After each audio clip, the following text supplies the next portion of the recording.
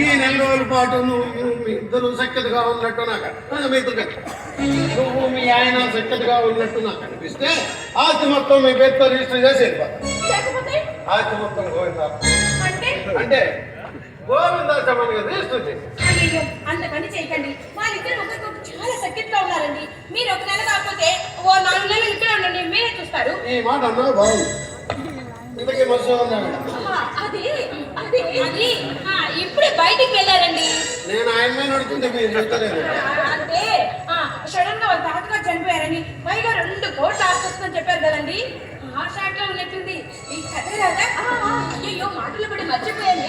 4 గంటల మంచి నీళ్ళు వెళ్ళవే నీ హడావుడు చూస్తుంటే మంచి కలుపుగల అమ్మాయిలాగా ఉన్నావే.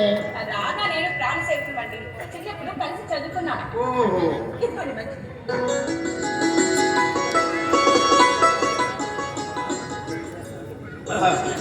ఎందుకు మసు ఎప్పుడు వస్తాడమ్మా? అదిగోండి మాటలను వచ్చేసారు. రండి రండి మధు గారు రండి.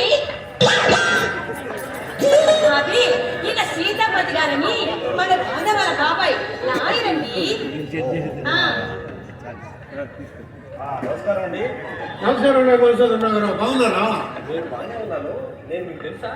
ఇంతకుముందు నేను ఎప్పుడు మిమ్మల్ని చూడలేదు, మీరు కూడా నన్ను చూసే అవకాశమే లేదు.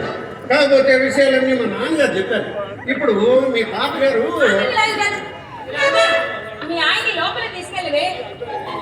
అదేనే ఈ విషయాలన్నీ విన్నారనుకో పాపం బాధపడిపోతారే. లాయర్ గారితో నేను మాట్లాడతాగా లోపల తీసుకెళ్ళి వెళ్ళండి మధు గారు.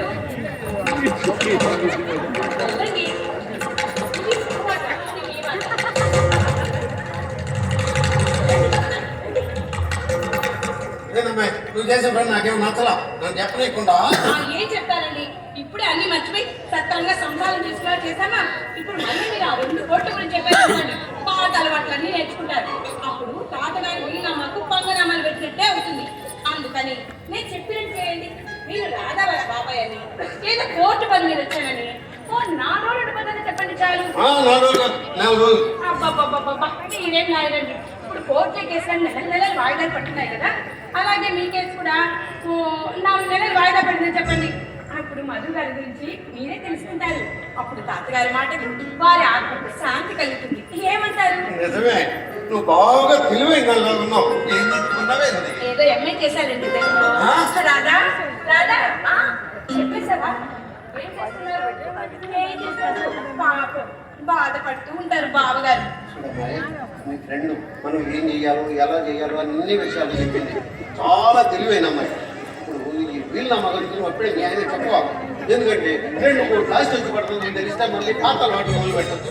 అందుకని నేను మీ బాబాయ్ పరిచయం ఆయన అప్పుడే అది అబ్బాయి అట్లా జరిగింది.